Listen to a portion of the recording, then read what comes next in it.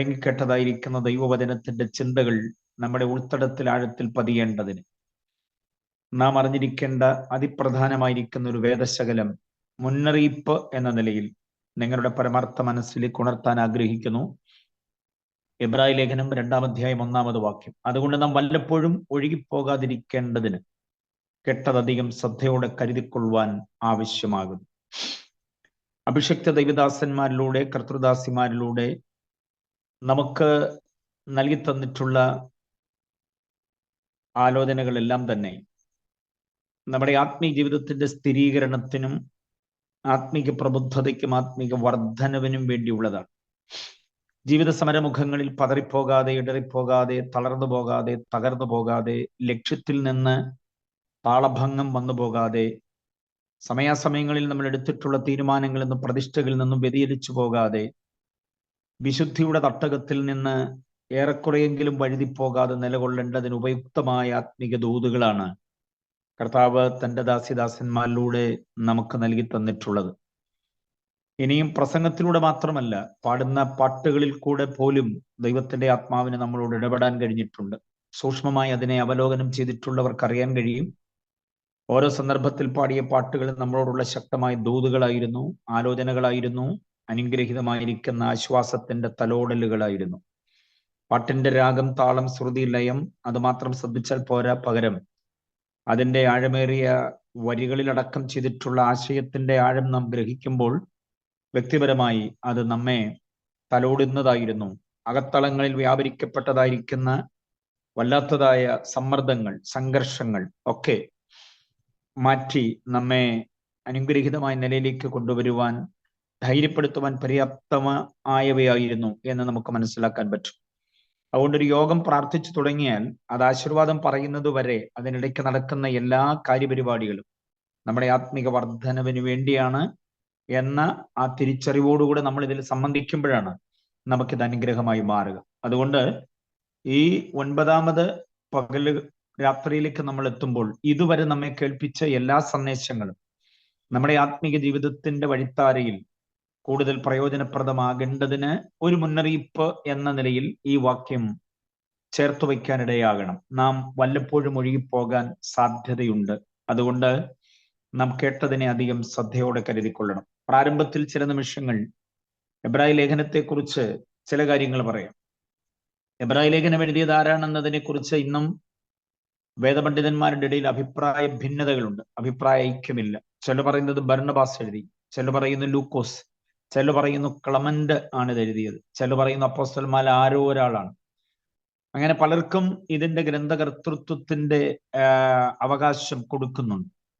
എന്നാൽ ബഹുഭൂരിപക്ഷം വേദശാസ്ത്രികളും പറയുന്നത് പൗലോസിന്റെ തന്നെ കൃതിയാണ് എന്നതാണ്. ഏതായാലും ഒരു കാര്യം ഞാൻ ഉറപ്പായി പറയാം, ഗ്രന്ഥകാരൻ ആരാണ് എന്ന് തെരഞ്ഞ് നമ്മൾ സമയം കളയേണ്ടതില്ല. ഗ്രന്ഥകാരൻ ആരായാലും ഒരു കാര്യം ഉറപ്പാണ്, ദൈവത്തിന്റെ പരിശുദ്ധാത്മ മനസ്യൂതം ഒരുവനിൽ വ്യാപരിച്ചു. ന്യായപ്രമാണത്തെയും കൃപയുടെ പ്രമാണത്തെയും തമ്മിൽ താരതമ്യം ചെയ്തുകൊണ്ട് ന്യായപ്രമാണം മുൻപോട്ട് വയ്ക്കുന്നതായിരിക്കുന്ന സകല വ്യക്തികളെക്കാൾ ക്രിസ്തു ശ്രേഷ്ഠനാണ് എന്നും, ന്യായപ്രമാണത്തിന്റെ യാഗയോഗ കർമ്മകാണ്ഡങ്ങളെക്കാൾ ക്രിസ്തു കാലുവറിയിൽ ഒരിക്കലായി കഴിച്ച ശരീരയാഗത്താൽ നമുക്ക് പൂർണ്ണമായ വിശുദ്ധീകരണം വന്നു എന്നും, അതുകൊണ്ട് ഇനിയും നമ്മൾ കാളക്കൂറ്റനുമായിട്ടോ ആട്ടുകൊറ്റനുമായിട്ടോ യാഗത്തിനു വേണ്ടി പോകേണ്ടതില്ല. പലവിധത്തിലുള്ളതായിരിക്കുന്ന നിയമസംഹിതകളുള്ള യാഗങ്ങളുടെ നടപടിയിലേക്ക് നമ്മൾ പോകേണ്ടതില്ല. പകരം നമുക്ക് വേണ്ടി അറുക്കപ്പെട്ട, നമുക്ക് വേണ്ടി തന്നെത്താൻ ഏൽപ്പിച്ചു കൊടുത്ത് വഴിപാടും യാഗവുമായി തീർന്ന ക്രിസ്തുയേശുവിന്റെ പരമയാഗത്തിന്റെ അനന്ത സാധ്യതയെ നാം തിരിച്ചറിയുകയും അതിലൂടെയുള്ള ആത്മീയ ആനുകൂല്യങ്ങൾക്ക് ഗുണഭോക്താക്കളായി മാറുകയും ചെയ്യണം എന്ന വസ്തുതയാണ് എബ്രായ ലേഖനത്തിലൂടെ നമുക്ക് കാണാനായിട്ട് കഴിയുക. അതുകൊണ്ട് ഗ്രന്ഥകാരൻ ആരുമായിക്കൊള്ളട്ടെ, ഞാൻ ഇതുവരെയുള്ള എൻ്റെ അന്വേഷണ, പരീക്ഷണ, നിരീക്ഷണ, ഗവേഷണത്തിൽ എനിക്ക് ബോധ്യമായത് അപ്പോസ്തലനായ പൗലോസ് തന്നെ ആകാം ഇതിന്റെ പിന്നിൽ പ്രവർത്തിച്ചത് എന്നതാണ്. ഇനി ആരായാലും ആ വ്യക്തിയിൽ ദൈവത്തിന്റെ ആത്മാവ് ശക്തമായി വ്യാപരിച്ചിട്ടുണ്ട്. പഴയ നിയമത്തിന്റെ സമസ്ത ഏടുകളും നന്നായിട്ട് അറിയാവുന്ന ഒരു എഴുത്തുകാരൻ. അപ്പോൾ തന്നെ പുതിയ നിയമത്തിൽ ക്രിസ്തുവിനെ കുറിച്ചും ക്രിസ്തുവിലൂടെ ലഭ്യമായിട്ടുള്ള ആത്മീയ ആലോചനകളെ കുറിച്ചും അവഗാധമായ ആഴമേറിയ അറിവ് സമ്പാദിച്ചിട്ടുള്ള ഒരു ദൈവദാസ്, അദ്ദേഹം തന്നെയാകാം ഇത് എഴുതിയിട്ടുള്ളത്. പഴയ പുതിയ നിയമങ്ങൾ തമ്മിലുള്ള താരതമ്യത്തെയും എന്നിട്ട് പുതിയ നിയമത്തിന്റെ ഔന്നത്യം എന്താണ് എന്നും ക്രിസ്തുവിന്റെ ഉത്തുംഗ പ്രതാപം എന്താണ് എന്നും ആഴത്തിൽ അറിയാവുന്ന ഒരാൾക്ക് മാത്രം രചിക്കാൻ കഴിയുന്ന ഒരു കൃതിയാണ് എബ്രായ ലേഖനം എന്ന് പറയുന്നത്. അതുകൊണ്ട് എബ്രായ ലേഖനത്തിന്റെ ഓരോ അധ്യായങ്ങളിൽ ക്രിസ്തുവിന്റെ വല്ലഭത്വം, മഹത്വത്തിന്റെ ശ്രേഷ്ഠത നന്നായി വിശദീകരിക്കുമ്പോൾ ലേഖകനെ തിരക്കി നമ്മൾ പോകേണ്ടതായിട്ടില്ല. പൗലുസിന്റെ ലേഖനമാണ് എന്ന് പൊതുവെ അംഗീകരിക്കപ്പെടുന്നു. കാരണം റോമാലേഖനം, ഞാൻ ഈ പറയുന്ന അധ്യായങ്ങൾ ശ്രദ്ധിക്കണം, റോമാലേഖനം 9, 10, 11 അധ്യായങ്ങൾ പൗലുസാണ് എഴുതിയതെങ്കിൽ, ഗലാത്യ ലേഖനം മൊത്തവും പൗലുസാണ് എഴുതിയതെങ്കിൽ, എബ്രായ ലേഖനം പൗലുസ് എഴുതി എന്ന് സമ്മതിക്കുന്നത് കൊണ്ട് വലിയ കുറ്റം വരാൻ സാധ്യതയില്ല. കാരണം റോമാലേഖനം 9, 10, 11 അത് അഡ്രസ് ചെയ്യുന്നത് യഹൂദന്മാർക്ക് വേണ്ടി മാത്രമാണ്. യഹൂദന്മാരുടെ തെരഞ്ഞെടുപ്പ്, യഹൂദന്മാരുടെ തിരസ്കരണം, യഹൂദന്മാരുടെ പുനഃസ്ഥാപനം, ഇതാണ് ഈ 3 അധ്യായങ്ങളിൽ യഥാക്രമമുള്ളത്. 9-ാം അധ്യായത്തിൽ യഹൂദനെ ദൈവം തെരഞ്ഞെടുക്കുന്നു ദൈവത്തിന്റെ സ്വന്തം ജനമായി. പക്ഷെ അവര് ദൈവത്തെ മറന്നതുകൊണ്ട് ദൈവം അവരെ തിരസ്കരിക്കുന്നു, അതാണ് 10-ാം അധ്യായം. എന്നാൽ 11-ാം അധ്യായത്തിൽ വീണ്ടും യഹൂദനെ ദൈവം പുനഃസ്ഥാപിക്കുന്നു, അതാണ് 11-ാം അധ്യായം. അപ്പൊ തിരഞ്ഞെടുപ്പ്, തിരസ്കരണം, പുനഃസ്ഥാപനം, ഇത് 3ഉം യഹൂദനോടുള്ള ബന്ധത്തിൽ വളരെ നന്നായിട്ട് ഒരു തുറന്നെഴുത്ത് നടത്തുവാൻ നെഞ്ചുറപ്പ് കാട്ടിയിട്ടുള്ള ഗ്രന്ഥകാരൻ പൗലോസ് തന്നെയാണ്. അതുകൊണ്ട് അതേ ശൈലി തന്നെയാണ് ഗലാത്യ ലേഖനത്തിൽ നമുക്ക് കാണാൻ കഴിയുക. കൃപയുടെ പ്രമാണത്തിന്റെ വസ്തുതകൾ നിലവിൽ വന്നപ്പോഴും ന്യായപ്രമാണത്തിന്റെ ആചാരങ്ങളിലേക്ക് മടങ്ങിപ്പോയിട്ടുള്ള വിശ്വാസികളെ, അതിന് അവരെ വഴിതെളിച്ച യഹൂദ ഉപദേഷ്ടാക്കന്മാരെ നിശിതമായി വിമർശിച്ചുകൊണ്ട് തുറന്ന ശാസന, തർജ്ജനം, താക്കീത് ഒക്കെയായി ഗലാത്യ ലേഖനം നമുക്ക് കാണാനായിട്ട് കഴിയുന്നുണ്ട്. അപ്പൊ ഈ 2 വേദഭാഗങ്ങൾ എഴുതിയത് പൗലോസ് ആണെങ്കിൽ അതിനോട് സമാനതയുള്ളതായിരിക്കുന്ന ഭാഗമാണ് എബ്രായ ലേഖനം. അതുകൊണ്ട് എബ്രായ ലേഖനം പൗലോസിൻ്റെത് തന്നെയാണ് എന്ന് നമുക്ക് പൊതുവെ ചിന്തിക്കാനായിട്ട് കഴിയും. പിന്നെ നിങ്ങളുടെ സ്വതന്ത്രമായ പഠനത്തിനും ധ്യാനത്തിനും ഞാനത് വിടുന്നു. പൗലോസ് തന്നെയാണ് എന്ന് ഞാൻ ശഠിക്കുന്നില്ല. എൻ്റെ അന്വേഷണത്തിൽ എനിക്ക് കണ്ടെത്താൻ കഴിഞ്ഞിട്ടുള്ള സ്വതന്ത്രമായിരിക്കുന്ന ഒരു ചിന്ത ഞാൻ അവതരിപ്പിച്ചു എന്ന് മാത്രമേ ഉള്ളൂ. ഇനിയും ഒരു കാര്യം കൂടെ ശ്രദ്ധിക്കണം. മറ്റുതര ലേഖനങ്ങളിൽ നിന്ന്, റോമർ മുതലങ്ങ് യൂദ വരെയുള്ള എബ്രായ ലേഖനം ഒഴികെയുള്ള ലേഖനങ്ങളെ നമ്മൾ ശ്രദ്ധിച്ചാൽ മുഖവരയില്ലാത്ത ഒറ്റ ലേഖനവുമില്ല, ഉപസംഹാരമില്ലാത്ത ഒറ്റ ലേഖനവുമില്ല. പക്ഷെ ഇത് രണ്ടുമില്ലാതെ നിൽക്കുന്ന ഒരു ലേഖനമാണ് എബ്രായ ലേഖനം. ഗ്രീക്ക് ഭാഷാ സാഹിത്യം വെച്ച് നമ്മൾ നോക്കുമ്പോൾ, ഗ്രീക്ക് എഴുത്ത് ശൈലി വെച്ച് നമ്മൾ നോക്കിയാൽ, എഴുതുന്ന ഏത് സംഗതിക്കും, ഒരു പ്രബന്ധം എഴുതിയാൽ, അല്ലെങ്കിൽ ഒരു ലേഖനം എഴുതിയാൽ, ഒരു ഉപന്യാസം എഴുതിയാൽ, ഒരു കൃതി എഴുതിയാൽ, അതിന് ഉത്തമവും ഉദാത്തവുമായി പിന്നെ പറയാൻ പോകുന്ന വിഷയത്തോട് നീതി പുലർത്തിക്കൊണ്ട് പ്രൗഢമായ ഒരു മുഖവര വേണമെന്ന് വളരെ ശക്തമായൊരു നിയമസംഹിത തന്നെയുണ്ട്. അത് മാത്രമല്ല, എഴുതി തീർന്നു കഴിയുമ്പോൾ അനുവാചകർക്ക് ഒരു അനുഗ്രഹത്തിന്റെ ആലോചനയും അവരെ ബ്ലസ് ചെയ്തുകൊണ്ടൊരു വാചകവും കൂടെ ഉപസംഹാരമായി കുറിക്കണമെന്നും കർശനമായ നിയമമുണ്ട്. എന്നാൽ ഈ 2 നിയമത്തെയും കാറ്റിൽ പറത്തിക്കൊണ്ടാണ് എബ്രായ ലേഖനത്തിന്റെ രചന നിർവഹിക്കപ്പെടുന്നത്. ഒരു മുഖവരയില്ല, അതുപോലെ ഒരു ഉപസംഹാരവും ഇല്ല എന്ന് നമ്മൾ അറിയണം. അതിനകത്ത് എനിക്ക് രസകരമായി തോന്നുന്നൊരു കാര്യം, എബ്രായ ലേഖനത്തിൽ അവതരിപ്പിക്കപ്പെടുന്ന നമ്മുടെ കർത്താവ് എന്ന മഹാപുരോഹിതൻ, ശ്രേഷ്ഠ മഹാപുരോഹിതന് ആദിയില്ല, അന്തവും ഇല്ല. മനസ്സിലായില്ലേ? ആദിയും അന്തവും ഇല്ലാത്തൊരു മഹാപുരോഹിതനെ ഈ പുസ്തകത്തിൽ അവതരിപ്പിക്കുമ്പോൾ പുസ്തകത്തിനും ആദിയും ഇല്ല, അന്തവും ഇല്ല എന്ന നിലയിൽ അത് നമുക്ക് കാണാനായിട്ട് കഴിയുന്നുണ്ട്. ചുരുക്കി പറഞ്ഞാൽ എബ്രായ ലേഖനത്തിന്റെ മഹത്വപൂർണമായിരിക്കുന്ന വിചാരങ്ങളുടെ ബഹുത്വമാണ്, ക്രിസ്തുവിനെ കുറിച്ചുള്ള വിചാരങ്ങളുടെ ബഹുത്വമാണ് എബ്രായ ലേഖനത്തിലുടനീളം നമുക്ക് കാണാനായിട്ട് കഴിയുന്നത് എന്ന് നാം തിരിച്ചറിയാതെ പോകരുത്. എബ്രായ ലേഖനം ഏറ്റവും അനുഗ്രഹീതമായിരിക്കുന്ന ഒരു പഠനമാണ്. അതിന് നമ്മൾ സമയം ചെലവഴിക്കേണ്ടതായിട്ടുണ്ട്. ഉപവാസത്തിന്റെ ഈ ദിനങ്ങളിൽ വചനം പഠിക്കാൻ മനസ്സ് വയ്ക്കുന്നവരുടെ ഉൾത്തടത്തിലേക്ക് ആ ഒരാശയത്തെ ഞാൻ ശുപാർശ ചെയ്യുന്നു. എബ്രായ ലേഖനം ഒരാവർത്തി ഒന്ന് വായിക്കാനും അതിന്റെ ആശയങ്ങളെ സസൂക്ഷ്മം വിലയിരുത്താനും കർത്താവ് നിങ്ങളെ സഹായിക്കട്ടെ. നമ്മൾ വായിച്ച വാക്യത്തിലേക്ക് വരികയാണ്. സമയം പരിമിതമാണ് എന്നതുകൊണ്ട് ദീർഘമായ മുഖവരയിലേക്ക് ഞാൻ പോകാതെ വാക്യത്തിലേക്ക് വരികയാണ്. അതുകൊണ്ട് നാം വല്ലപ്പോഴും ഒഴുകിപ്പോകാതിരിക്കേണ്ടതിന് കേട്ടതധികം ശ്രദ്ധയോടെ കരുതിക്കൊള്ളുവാൻ ആവശ്യമാകുന്നു. നമ്മളെ ഒഴുക്കിക്കളയുവാൻ, നമ്മെ തകർത്ത് കളയുവാൻ, നമ്മെ തളർത്തിക്കളയുവാൻ, നമ്മെ ഉടച്ചു കളയുവാൻ, നമ്മെ അന്യാധീനപ്പെടുത്തുവാൻ ശക്തമായ പരിശ്രമങ്ങൾ അണിയറയിൽ നടക്കുന്നുണ്ട്. പ്രതിയോഗിയായി സാത്താൻ നിയോഗിക്കപ്പെടുന്ന വ്യക്തികളാലൊക്കെ നമ്മുടെ ആത്മീയതയെ തകർത്ത് കളയുവാനുള്ള പരിശ്രമം വളരെ അധികമായിട്ടുണ്ട്. അതുകൊണ്ട് മുന്നറിയിപ്പ് നമുക്ക് തരികയാണ്, തകർത്ത് കളയാതിരിക്കേണ്ടതിന് നാം കേട്ടതധികം ശ്രദ്ധയോടെ കരുതണം. നമ്മുടെ വിശ്വാസ ജീവിതത്തിന്റെ നാൾ വഴികളിൽ, വിശ്വാസ വീഥിയിൽ ഇടറാത്ത മനസ്സും പതറാത്ത പാദങ്ങളുമായി നിലകൊള്ളേണ്ടതിന് പര്യാപ്തമായിട്ടുള്ളതാ നമ്മെ കേൾപ്പിച്ചിട്ടുള്ളതെല്ലാം. എല്ലാവരും ഒരുപക്ഷെ ഒരേ ഭാഷാ ശൈലിയോ ഒരേ അവതരണ രീതിയോ ഒരേ ആവിഷ്കാര ഭംഗിയോ ആയിരിക്കില്ല. എല്ലാവരും എവിടെയും പ്രസംഗം ഒരേപോലെ ആയിരിക്കണമെന്നില്ല. പക്ഷേ ദൈവവചനമാണ് ഏത് വ്യക്തിയും നമുക്ക് തന്നതെങ്കിൽ നമ്മുടെ ആത്മീയ ജീവിതം വീണു പോകാതിരിക്കേണ്ടതിന് ഒന്നുവടി എന്ന നിലയിൽ ഇലച്ചാർത്തുള്ള വൃക്ഷത്തിന്റെ തണല് പോലെ, മരുഭൂമിയിൽ ഇലച്ചാർത്തുള്ള ഒരു വൃക്ഷത്തിന്റെ തണല് കിട്ടിയാൽ യാത്രികൻ എന്നെ ആശ്വാസമെന്നറിയാമോ? ബഹുദൂരം യാത്ര ചെയ്യുന്ന ഒരു വ്യക്തി, ചുട്ടുപൊള്ളുന്ന മണലാരണ്യത്തിലൂടെ യാത്ര ചെയ്യുന്ന ഒരു വ്യക്തിക്ക് ഒരു നീരുറവ കണ്ടാൽ എന്ന ആശ്വാസമാണ് എന്നതുപോലെയാ ഈ പാർത്തലത്തിൽ സിയോൻ സഞ്ചാരികളായ നമ്മൾ, മരുപ്രയാണം ചെയ്യുന്ന നമ്മൾക്ക് ഇലച്ചാർത്തുള്ള ഒരു വൃക്ഷത്തിന്റെ തണല് പോലെയാണ് ദൈവവചനത്തിന്റെ ദൂതുകൾ, ആലോചനകൾ, ചിന്തകൾ. അതുകൊണ്ട് തന്നെ എല്ലാ സന്ദേശത്തെയും ഉൾത്തടത്തിൽ ഏറ്റെടുക്കണം, നെഞ്ചിൽ അവയെ ഏറ്റെടുക്കണം. എന്നിട്ട് വഴുതാതെ നമുക്ക് നിൽക്കാൻ കഴിയണം. കർത്താവ് അതിന് കൃപ ചെയ്യട്ടെ. ഞാൻ ഈ സന്ദേശത്തിന്റെ ആരംഭ ഭാഗത്ത് നിങ്ങൾക്ക് നൽകാൻ ആഗ്രഹിക്കുന്നത് അതുകൊണ്ട് എന്ന ആ പദത്തിന് ഊന്നൽ കൊടുക്കുകയാണ്. അതുകൊണ്ട്. അപ്പോൾ ഒരു ചോദ്യം ചോദിക്കണം, ഏതുകൊണ്ട്? ഈ ലേഖനങ്ങളിലെല്ലാം ഇങ്ങനെ ചില പദപ്രയോഗങ്ങൾ ചിന്തനീയമായിട്ടുണ്ട്, അത് നമ്മൾ കളയരുത്. അതുകൊണ്ട്, എന്തെന്നാൽ, എന്നാൽ എന്നൊക്കെ പറയുന്ന ആ പ്രയോഗം, ഇംഗ്ലീഷിൽ therefore എന്ന് കൊടുത്തിട്ടുള്ള ആ പ്രയോഗം, അതിന്റെ പിന്നാമ്പുറം നാം അന്വേഷിക്കണം. വെറുതെ ഒരു പദം എടുത്തു വെച്ചിരിക്കുകയല്ല.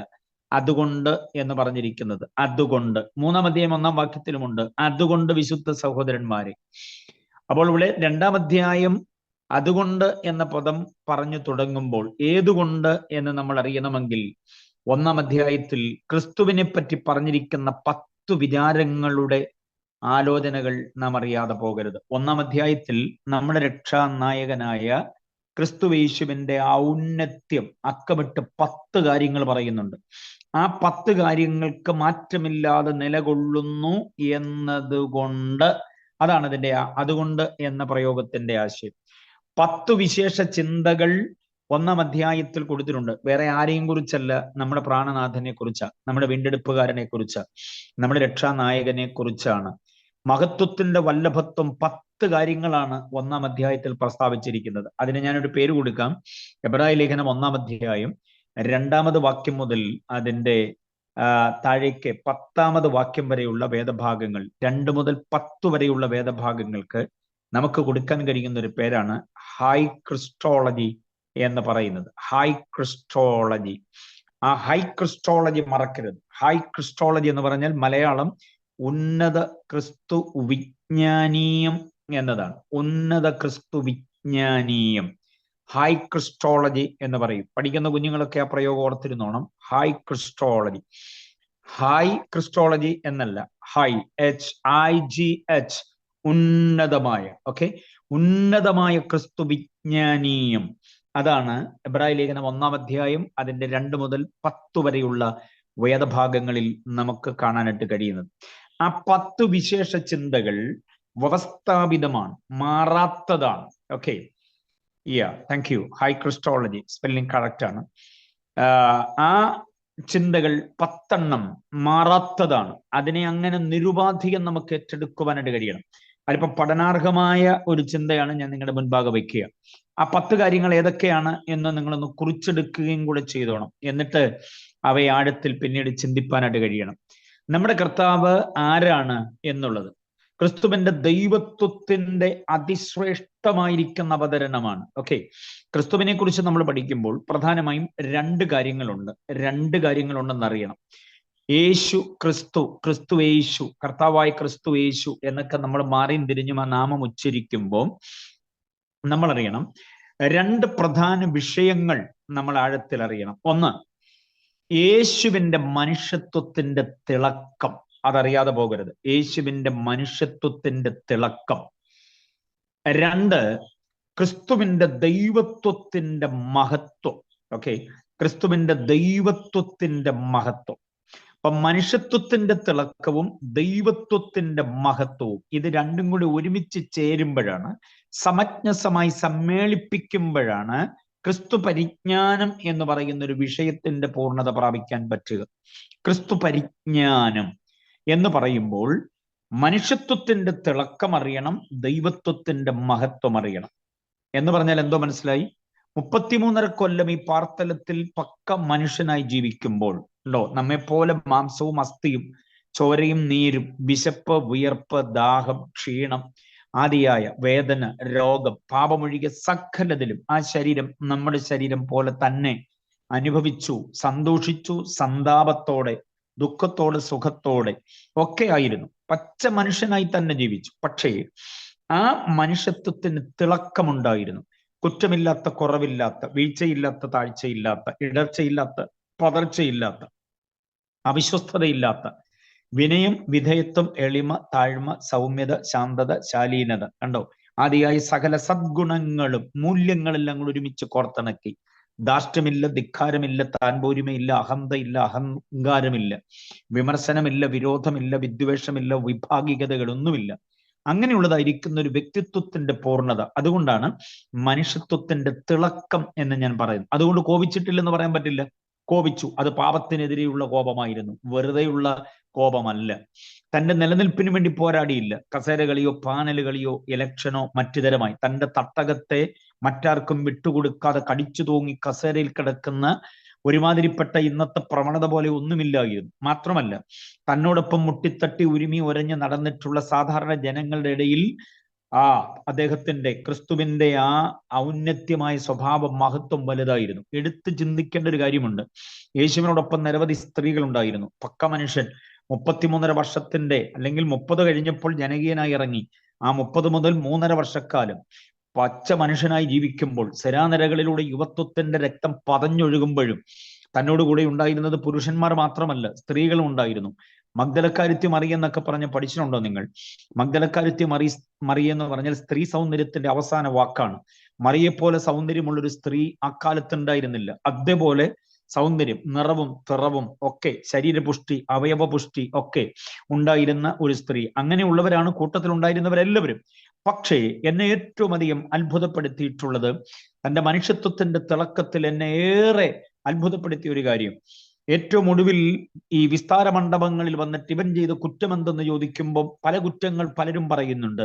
ആലയം പൊളിച്ചു പണിയുമെന്ന് പറയുന്നു, ഇവൻ ദൈവമാണെന്ന് പറഞ്ഞു, അങ്ങനെ ഇങ്ങനെയൊക്കെ പല കുറ്റങ്ങൾ പറയുമ്പോൾ ആ പ്രട്ടോറിയത്തിന്റെ അങ്കണത്തിൽ കൂടി വന്നിട്ടുള്ള ഒരൊറ്റ മനുഷ്യനും യേശുവിനെയും ഒരു സ്ത്രീയെയും ചേർത്ത് ഒരൊറ്റ വാക്കുപോലും പറഞ്ഞിട്ടില്ല എന്നുള്ളത് നമ്മൾ തിരിച്ചറിയേണ്ട കാര്യമാണ്. മനസ്സിലായില്ലേ?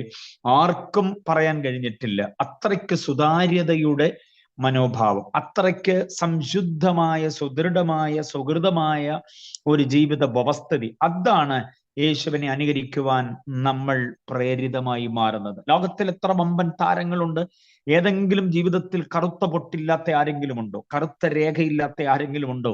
പക്ഷെ നമ്മുടെ കർത്താവിനെ മനുഷ്യത്വത്തിന്റെ തിളക്കത്തിൽ, സാമ്പത്തിക തലത്തിൽ ഒരു ക്രമക്കേടുമില്ല, അധികാരത്തിന്റെ മേഖലയിൽ ഒരു ദോഷവും വരുത്തിയിട്ടില്ല, ഇടപെടുന്നവരോട് അവിശ്വസ്തരായി തീർന്നിട്ടില്ല, എല്ലാവർക്കും താന് റോൾ മോഡലായിരുന്നു. അതുകൊണ്ടാണ് പറഞ്ഞത് നിങ്ങൾ എന്നെ അനുഗമിക്ക് എന്ന് പറഞ്ഞത്. അതുകൊണ്ട് തന്നെയാണ്. അതുകൊണ്ടാണ് യേശുവിന്റെ പിന്നാലെ കോടാനുകൂടി ജനത. ഒരാശ്രമം കെട്ടി അതിനകത്ത് പാർത്തിരുന്ന ഒരു ആശ്രമ ജീവിയായിരുന്നില്ല കർത്താവ്. പിന്നെ താൻ സ്വതന്ത്രമായി നഗരങ്ങളിലൂടെ നടന്നു, പ്രാന്തപ്രദേശങ്ങളിലൂടെ, ഗ്രാമവീഥികളിലൂടെ, ഇടവഴികൾ, പെരുവഴികൾ, പട്ടണ പ്രാന്തങ്ങൾ, മുക്കവലകൾ, നാൽക്കവലകൾ, ആലയത്തിന്റെ തിരുമുറ്റം, ഗദരദേശത്തേക്ക്, ബഥാന്യയിലേക്ക്, ബെതസ്തയിലേക്ക്, ബേത്ഫാഗയിലേക്ക്, എവിടെ പോകാത്തെ 200 മൈൽ വിസ്തൃതിയുള്ള ഫലസ്തീനായുടെ പ്രാന്തപ്രദേശങ്ങളെല്ലാം ചവിട്ടി നടന്ന ആ പരമസാത്വികനായ മനുഷ്യൻ, ആ സത്വം ഒരു തിന്മയോടും ഏകീഭവിക്കാതെ മുൻപോട്ട് നീങ്ങിയിരുന്നു. ആ യേശുവിന്റെ മനുഷ്യത്വത്തിന്റെ തിളക്കം എത്ര ശ്രേഷ്ഠമാണ്. ആ യേശുവിനെ ആരാധിക്കുകയും ആ യേശുവിന്റെ രക്ഷകനാണെന്ന് അവകാശപ്പെടുകയും ചെയ്യുന്ന നമ്മുടെ മനുഷ്യത്വത്തിൽ ഈ വിധമായി തിളക്കമുണ്ടായേ പറ്റുകയുള്ളൂ എന്നാണ് ഞാൻ ഈ പറഞ്ഞതിന്റെ സാരം. ഇനി ദൈവത്വത്തിന്റെ മഹത്വം, ആ മഹത്വത്തെ വിവരിക്കുന്ന വേദഭാഗങ്ങൾക്കെല്ലാം നമുക്ക് കൊടുക്കാൻ പറ്റുന്ന അനുഗ്രഹിത നാമമാണ് ഹൈ ക്രിസ്റ്റോളജി എന്ന് പറയുന്നത്. അതിൽ 10 കാര്യം ഞാൻ ഒന്ന് പറയുന്നത് കുറിച്ചുകൊള്ളണം. വിശ്വാസ ജീവിതത്തിന്റെ നാൾ വഴികളിൽ നാളെയും അത് നിങ്ങൾക്ക് പ്രയോജനമാകും. ഒന്ന്, അന്ത്യകാല വെളിപ്പാടായ ക്രിസ്തു. 2-ാം വാക്യമാണ്, അന്ത്യകാല വെളിപ്പാടായ ക്രിസ്തു. അതിലെ 1-ാം വാക്യം വായിക്കുമ്പോഴേ നമുക്കതിന്റെ അർത്ഥം മനസ്സിലാവും. ദൈവം പണ്ട് ഭാഗമായിട്ടും വിവിധമായിട്ടും പ്രവാചകന്മാർ മുഖാന്തരം പിതാക്കന്മാർ അരുളി ചെയ്തു, ഈ അന്ത്യകാലത്ത് പുത്രൻ മുഖാന്തരം. അപ്പൊ പ്രവാചകന്മാർ, പിതാക്കന്മാർ, ന്യായാധിപന്മാർ, രാജപ്രമുഖന്മാരൊക്കെ കണ്ടിട്ടുള്ളത്, കേട്ടിട്ടുള്ളത് ഭാഗമായിട്ട്, വിവിധമായിട്ട്, പൂർണ്ണമായിട്ട് അവരൊന്നും കണ്ടിരുന്നില്ല. എന്നാൽ ഈ അന്ത്യകാലത്ത് പുത്രൻ മുഖാന്തരം ദൈവീകമായിരിക്കുന്ന സകല ആലോചനകളും വെളിപ്പാടുകളും നമുക്ക് പൂർണ്ണതയോടെ നൽകി തന്നു. അപ്പൊ ക്രിസ്തു ആരാണ്? സകല വെളിപ്പാടും നമുക്ക് പ്രദാനം ചെയ്ത അന്ത്യകാല വെളിപ്പാടായ ക്രിസ്തു എന്ന് നാം തിരിച്ചറിയണം. അതുകൊണ്ട് നമ്മൾ തിരിച്ചറിയണം, കർത്താവുമായിട്ട് ഒരു ദൈവപൈതന് ആന്തരിക രമ്യത ഉണ്ടായാൽ ക്രിസ്തുവിലൂടെ നമുക്ക് എല്ലാ ആത്മീക പരിജ്ഞാനവും ലഭിക്കപ്പെടും. മനസ്സിലായല്ലോ?